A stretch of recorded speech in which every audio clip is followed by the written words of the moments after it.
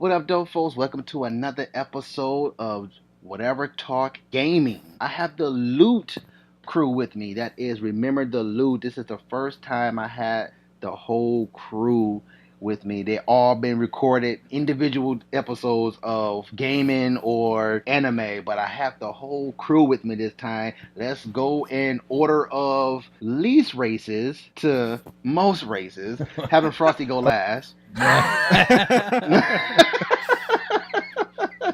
Yay, I won a trophy. Oh, goodness. Well, you got the trophy for being the least racist. Frosty, say hi to the folks. What's up, everybody? I'm Frosty. I enjoy long walks on the beach and starting white supremacist rallies. Just kidding. Tanner, say hi to the folks. Hello. And my vice president, Daryl. Was I'm not racist. There's always the racist folks that say they're not racist. Oh wait, I am so racist. All you guys are not racist because you know me, which is your one black guy, you know. The token, so that We gets have the one black that's friend. a get out of jail free I know card. like 4 black people. Thank you very much. That's including you. Again, it is awesome to have all you guys with me for the first time. We're about to get this show on the road. Now, the reason I got you guys here to discuss something that a developer did, which was Ninja Theory, who developed the game Hellblade. Sinuous. Subtitle, Sinuous please. sacrifice. It's a white name. Sensual sacrifice. Sensual sacrifice. Yes, they developed this game, and I haven't got it yet. I plan on getting it because every time I look at the gameplay for it, it just calls out to me. And so it's like this might be one of those new IPs that I just might sacrifice some money to without knowing too much about Come it. to the dark side, Donny. This is what they did that I want to talk about is that basically they released a piece of a game at $30, which is half price of retail value. And they said, depending on how well it's received, they would come out with a full game. Not necessarily saying a full game of Hellblade, but a full game within its likeness. I feel that other developers are going to take heed to this and start releasing games like this. Yeah, I really don't want to see the future of gaming going down this path because they already picked up the season pass thing. You know, they came out with season pass, and other developers jumped on the bandwagon and started doing season passes, and now this might be a new trend, is throwing out pieces of games just to see how would the market reply to it, and then they come out with a full game. How do you guys feel about that? Well, I'm currently playing Hellblade. I am about 3/4 way done with it. I follow the game pretty closely to its release. I remember about 3 years ago, it was in like a little highlight reel for indie games on Sony's press conference for E3. I was pretty stoked about it, and I watched some of the dev diaries. And when you play the game, it tells you from the beginning that this is the end of Senua's journey. The main character, and Senua is a Celtic warrior who suffers from psychosis, and she suffers from the entire. She runs the gambit of psychosis, and for anyone who's listening who doesn't understand what that is, it is You crazy as batch. dude. Yes, yes. She's dealing with depression. She's dealing with schizophrenia. She's dealing with hallucinations. Basically, my wife. Oh, you said it. But so I'm not touching. I'm gonna. Not touching it. But basically, like in the beginning of the game, you find out that your lover, your man friend, has been killed. She is on a journey to release, or I guess capture his soul or release his soul, so it's not trapped in the in hell, in the underworld, or whatever it is. You're facing demons, you're facing your fears, you're facing enemies and bosses. The game itself is fantastic. Now, I was not aware that they said that they were going to release this to kind of test the waters, but I understand why you would make this. They called it a indie AAA game. It's AAA in quality as far as graphics and polish and sound design, and the combat's fluid. The gameplay is smooth. And facial capture. Facial capture is fantastic. It is on point. But it's indie in the fact that they independently made it and they independently produced it, or published it. So there's no one leaning in saying, hey, this particular subject matter is a little too risque. You need to dial back on it. They went as hardcore on the psychosis and the crazy as they could. And that's what makes the game so good. Tanner has completed it and got the platinum. Yes. And so he has a better understanding of the big picture. But from my understanding is that this was intentionally a 6 to 8 hour game. Cut you off real quick. I cannot tell you the exact video I watched. It was a while ago when I watched it. But yes, you're right. It is intentionally that short. And would you say 6 to 8 hours? Yeah. It is intentionally that way. But what, if I could recall, I'm trying to recover, I'm paraphrasing here because I can't remember word for word here, is that along the lines of, yes, it is a very short game, 6 to 8 hours. The reason why is because we wanted to put a piece of a game out. We didn't want to put like a full length, 10 plus hours of gameplay into it, because we wanted to test the water, see how how this game would get received by the public, the gamers. And then if it's received well, it would be basically you're playing a Kaya. You remember that demo of Beyond? I mean, Detroit. Yeah. I know you're talking Detroit. About. Yeah, basically you playing a full length demo of Kaya, in it, sort of say. But if it get received well, now you're going to get Detroit Become Human. Gotcha. You get what I'm saying? Yeah. So that's what I got from the video. That's what he said. And I do understand where he's coming from with doing that, but at the same time, I don't want this to start to be the norm thing in the gaming world, as far as developers doing pieces of games, and then if it's received well, then they're going to come out with another game within its likeness or a bigger arc in the same game. Say Hellblade did not get received well, but everybody's saying it's a good game, kind of like how Square Enix say, oh no, Tomb Raider, it did not sell whatsoever, but yeah, it's a freaking million copies out there floating around in the first week. You know what I'm saying? Of course, that's over exaggerated. I'm just saying. But to me, it sold well, and it was a great game. Now, say Hellblade did not sell well and wasn't really received well by gamers. But what Daryl's saying, a lot of gamers did like it, and it was a good game. Basically, it turns into a cult classic. Now, Ninja Theory does not have the funds to add to this or make another game within its likings, and then somebody like Sony picks it up, and now they changed everything that we love from it, but yet it's in the same universe. Well, I don't want to see something like that happen. The fact that this game is so good and is my game of the year so far, like, I could see people taking this approach and it being a good thing. Like, I don't know that we need a 10, 12 hour Hellblade. It was a good set time for it. Yeah, I think that so far the pacing is really well done and it makes sense for what it is. I don't know that I want to experience this for so long, but if you take this particular style of game and you told a different story that wasn't a psychosis story, it was something different, like if you took it and told a cancer story or something like. Here's the thing too, that I watched a little video the featurette on there. The featurette. They said if they made the game any longer, they'd have to change the combat and everything to make it more fun. Right. To make the game more enjoyable instead of get to that burnout point. The lead developer said the game was not fun. It's not supposed to be fun. It's supposed to be functional. It's supposed to tell its story. Yeah. But it's supposed to be uncomfortable.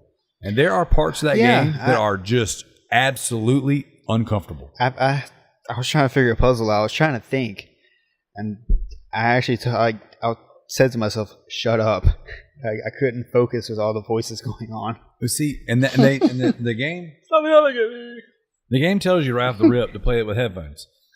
And in your headphones are voices, multiple voices. Sometimes they're yelling at each other. Sometimes they're yelling at you. And I think that you are, my perception of playing the game is you are one of the voices. Because in the very beginning of the game, she turns around, looks at you, and says something to you. Yeah, she looks directly into the camera. So you are one of the voices in her head, or you're just one of the presence in her head. And the way the game, you know what I'm saying, I guess, like I said, plays out and does everything, it is wild. And like he said, I was trying to do a puzzle today. And there was just too much.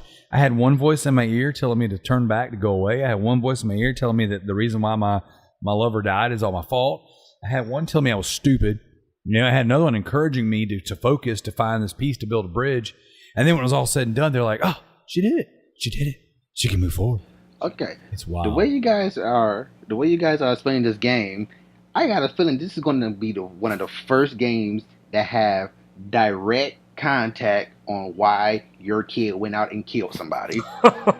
Dude, no joke. I could totally see if you were somebody who suffered from mental illness, playing this game could trigger some stuff.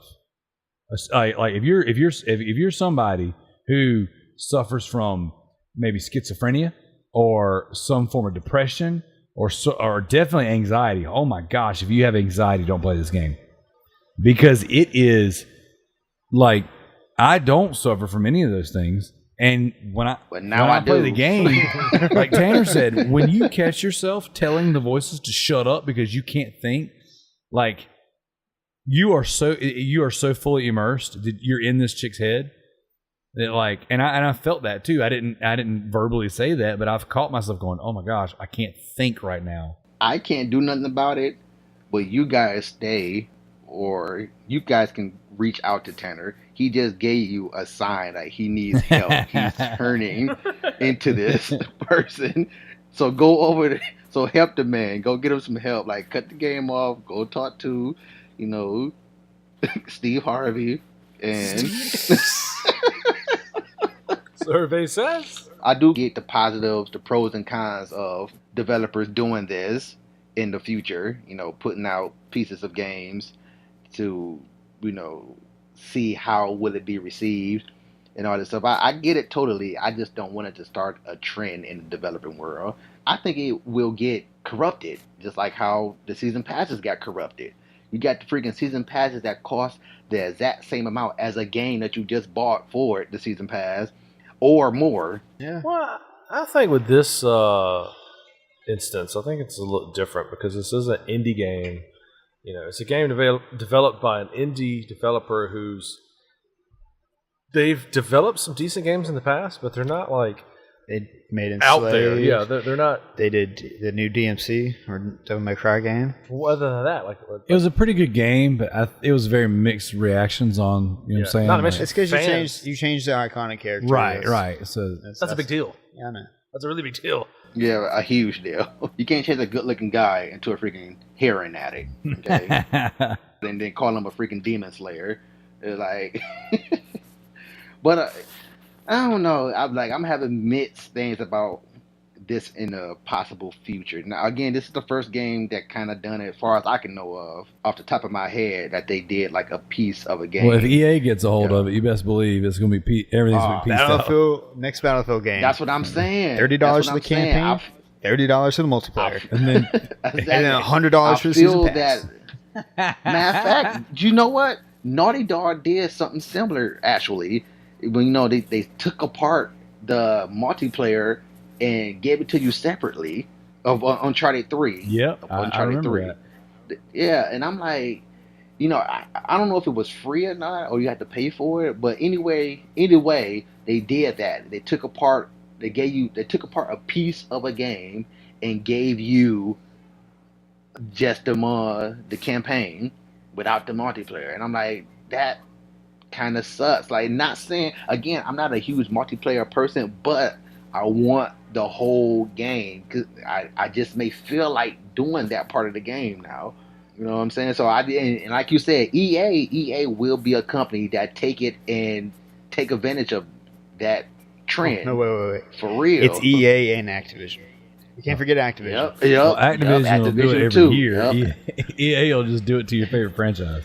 Now, my question is, Ninja Theory, are they saying that, hey, we're going to put this game out there, it's different, you might like it, you might love it, you might hate it, but we're going to put this ourselves out there and show you this piece of art we've created, and if it's received well, we're either going to A, go back to the drawing board, or B, put out more like it, or are they saying like we will literally put out more Hellblade? It says in the very beginning of the game, Hellblade's story, like Senua's story, is over. Okay. Like it. So I would imagine, based off what he's saying, is whatever they do moving forward would be another indie project that tackles sensitive subject matter, just on a larger scale. Because that's very common, I think. And Donnie, did you ever get a chance to watch like the indie movie? Like no. I know what you're talking about, but no, they're pretty intense, man. Like some of those guys in there talked about all the countless hours they worked on games. I mean, simple games like Fez and Super Meat Boy. Like they weren't even like nothing compared to like Hellblade, you know. But yeah, like I totally get it. Like I do totally get it. Yeah, but you know, so I can kind of understand to an extent them being like, hey, if this works out, we're going to put out more. If not, then we need to, you know, go back to the drawing board or hang up the gloves, which I don't think they will. I don't think that, you know, because I'm with Daryl, like this game's just doing well, even with the fact that, you know, it went very under the radar. Like we just saw screenshots and stuff from magazines, websites, scissor reels. It was under the radar from a like big publisher standpoint because there wasn't a big publisher. Yeah. But like when I saw it on the Sony stage years ago, like I've followed them, and so for me, I've been exposed to it a lot, but. You know, it just didn't have that big marketing campaign because there wasn't a publisher like Sony or somebody putting millions of dollars. Exactly, and I think about No Man's Sky. Yeah.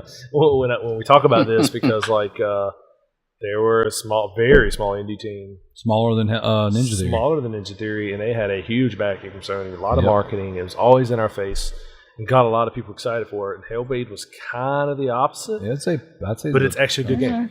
Like I say, like you guys, you know, that's why I wanted to talk about it. Like you have, you know, persuaded me to be more on their side of reasoning of why they did it. But like again, I always knew why they did it. I just didn't. I just kept thinking about the con. Like it's being abused. Yeah, it's being abused in the future.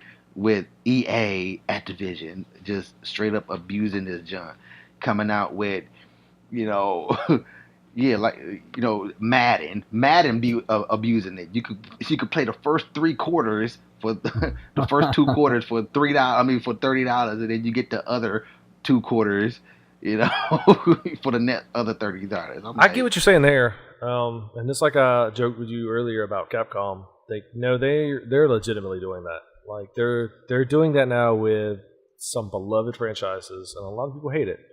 Like Street Fighter, they've done it with Street Fighter. Like it's no secret. I've talked about it 100 times, but you know, regardless of the gameplay mechanics or whatnot, like you put out a bare bones fighting game with an online mode that's a 2-person party for their battle lounge, only 16 characters, no arcade mode, no story mode, and then now they're having to piece together this stuff. And I just saw an article recently that posted on srk.com where data miners who basically go in and, you know, try to pull out leaks. They just found out where, you know, there's a possible code in there that states that Street Fighter is going to be getting an arcade mode soon. It's like, oh wow, this game's been out almost 2 years. Yeah, and just not getting arcade. It hasn't got arcade mode yet.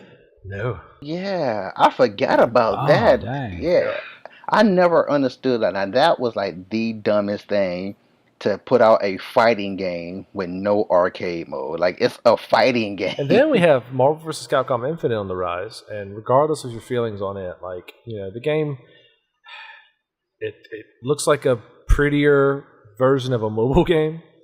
But like gameplay mechanic wise, from like people who have actually played the game, they say it's really good. Mechanically and all, but people are really upset about the roster because there doesn't seem to be a whole lot new there. Like we're getting a lot of characters from Ultimate, and a lot of those characters are kind of questionable. Like we talked about, it was either last week or the week before. You know, like they're bringing Resident Evil characters to the roster, but it's characters that like we're not getting Wesker, but we're getting Nemesis, stuff like that. But all the new characters that are being announced are all in the season pass, which is going to be $30. So it's like, okay, if you want to use Venom, Black Panther, and Sigma, you got to pay us $30 to crap plus the $60 Not to mention they announced a $200 special edition, which comes with like a collector's edition of the Infinity Stones And Chun-Li's better looking face. and 4 statues, including Chun-Li's Chug Lee's ugly looking Hey, face. did you see the new trailer for it? Oh, for which one? The Infinite. I don't think so. Yeah, they fixed your face. Did they? I swear to God, they fixed your face. I believe it. See, but that's what I'm saying, though. You know, being abusive, you got freaking $60 games, and you got the season pass. That's $60 also for the same thing. Yep. Yeah. So, but overall, like I already made up my mind to get Hellblade, and I just might get it when I get done recording this. Like I got $20 on my PSN account, and I can get a $10 PSN card with my GameStop points. Oh, snap. See, that's how I Yeah. stack it up. I always try to put it all together from different places. Yeah. So I just might get it. I want to it's double like back on couponing. something real quick. When you said something about the data miners going in games and finding stuff out, a little piece of Resident Evil news, which I know is completely unrelated, but I wanted to tie it all in just because we were talking about it, came out a few weeks ago where the people who made Resident Evil Operation Raccoon City, a game that Capcom abused, put half the game out and then put the other half of the game out with a season pass. Yeah. Not only did they abuse that model, but then they also, data miners tore the game apart and found assets for Star Wars games that Slant 6 was supposed to be working on. So they were going to be able to make a classic survival horror Resident Evil style game, and they got it taken away from them. And you know what I'm saying? And they got that their studio eventually closed because of this blunder. But they were, however they packaged their data together to make their game, they were assets from Star Wars stuff, and they ended up getting in a lot of trouble for that. So my conversation here is already foiled because they've been doing exploiting this half a game bull Yeah, crap. that's a Capcom is abusing this marketing strategy, and and I saw an interview a while back. I think it was right after last Evo, where they were interviewing people that actually work for Capcom and for like the Capcom fighters for Twitch. They're like, Street Fighter V launch was abysmal, and we need to change. Like something needs to change. Like Capcom's got to realize that this is not the way we do business. I got it, boss. I got it. How about we put out a arcade mode for the fighting game? How about we put out an arcade mode for a game that started in the arcades? Hey, you, sir, just got fired. Terrible That's idea. like, wait a minute. Who told this guy we don't go around putting out full games in here? We stopped that out so last year. Hey, you know what? Capcom put out a full game and a half of Resident Evil 6, and all they did was get crap for it. Well, it's around that 30-minute mark, which means I have to give you a half of a show. Oh, So, if you like it, we'll give you the whole show next time. exactly. Wait, you got to pay us first. We got to see how well it gets received before payments come. Yeah, that's how Patreon works. True that. Wait a minute. The longer we talk, the more this whole model thing is actually going to work out. So, thanks again, guys, for coming out to this whatever talk gaming episode. Hey, Donnie, I hate to interrupt you, but I got another good example: Metal Gear Solid 5, Ground Zeroes, and Phantom Pain. I'm just saying, Konami started this trend. Yeah, the Sut Clan. Yep. The Slut Clan. Yep.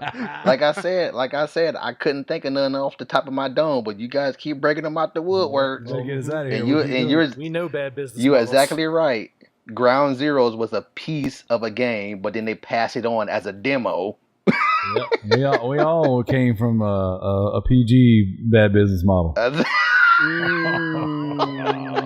Pew, pew, pew. Oh, that's a, you know what? No more. That's the best way to end. Best way to end. Thanks for coming out to Whatever Talk Gaming. I appreciate you guys coming out there. The whole Whatever Talk RTE crew together. I added myself into y'all crew. Slatted myself. There in you go. So I appreciate it.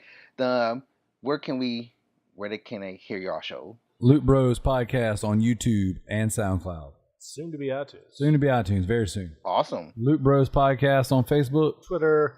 Twitter. Awesome. Whatever Talk podcast on Podomatic.com, iTunes, SoundCloud, Springer, I think tune in. Also, I can't remember. Oh, but we are also on iHeartRadio. Now, that's awesome too. So go check us out on all those platforms. We also on Facebook, whatever talk podcast. Check it out. We got some conversations, some funny pictures going up. I just did one on Usher. Awesome, love it. He has an STD now. Yeah, that's what I did. That's what I talked about. His, God, that was so funny. His oozing penis with green goo. God. What? You got the slimer penis. Wait, what? Yeah, they talking right now. They're talking about his penis was